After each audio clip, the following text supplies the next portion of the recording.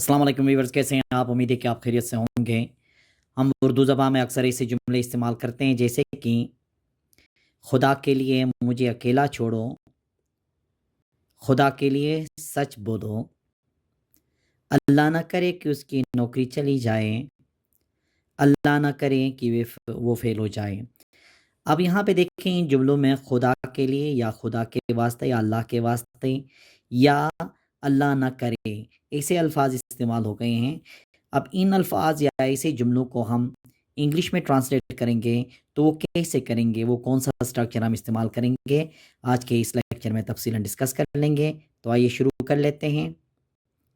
देखिए, खुदा के लिए खुदा का वास्ता या अल्लाह का वास्ता कहने के लिए इंग्लिश में क्या कहते हैं? For God's sake, for God's sake. अब इसका फार्मूला कुछ इस तरह से बनेगा, फॉर गॉड्स सेक को हम शुरू में लिखेंगे, फिर उसके बाद क्या करेंगे, सेंटेंस लिखेंगे। ठीक है। अब जैसे कि देखें, खुदा के लिए मुझे अकेला छोड़ो, या इस तरह से भी कह सकते हो, अल्लाह का वास्ता मुझे अकेला छोड़ो। अब इसका ट्रांसलेशन क्या होगा, देखें, for God's sake leave me alone, for God's sake leave me alone।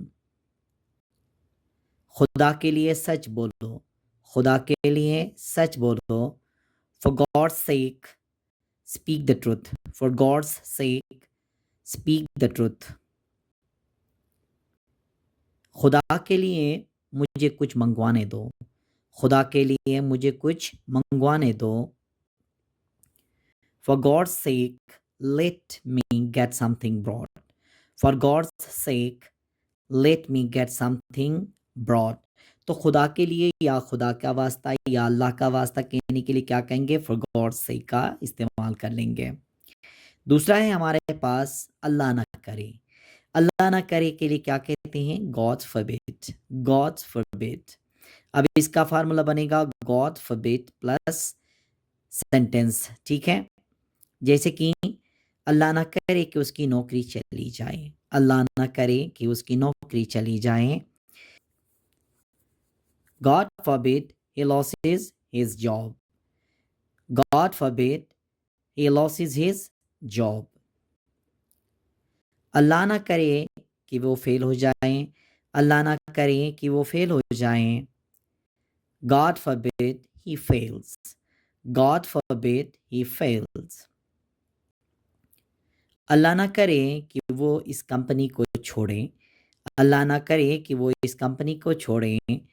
God forbid he leaves this company, God forbid he leaves this company। तो अल्लाह ना करें या खुदा के लिए जो स्ट्रक्चर या जो अल्फाज इस्तेमाल होते हैं वो आज के इस लेक्चर में हमने डिस्कस कर लिया। उम्मीद है कि आज का ये लेक्चर आपको पसंद आया होगा। Thank you very much.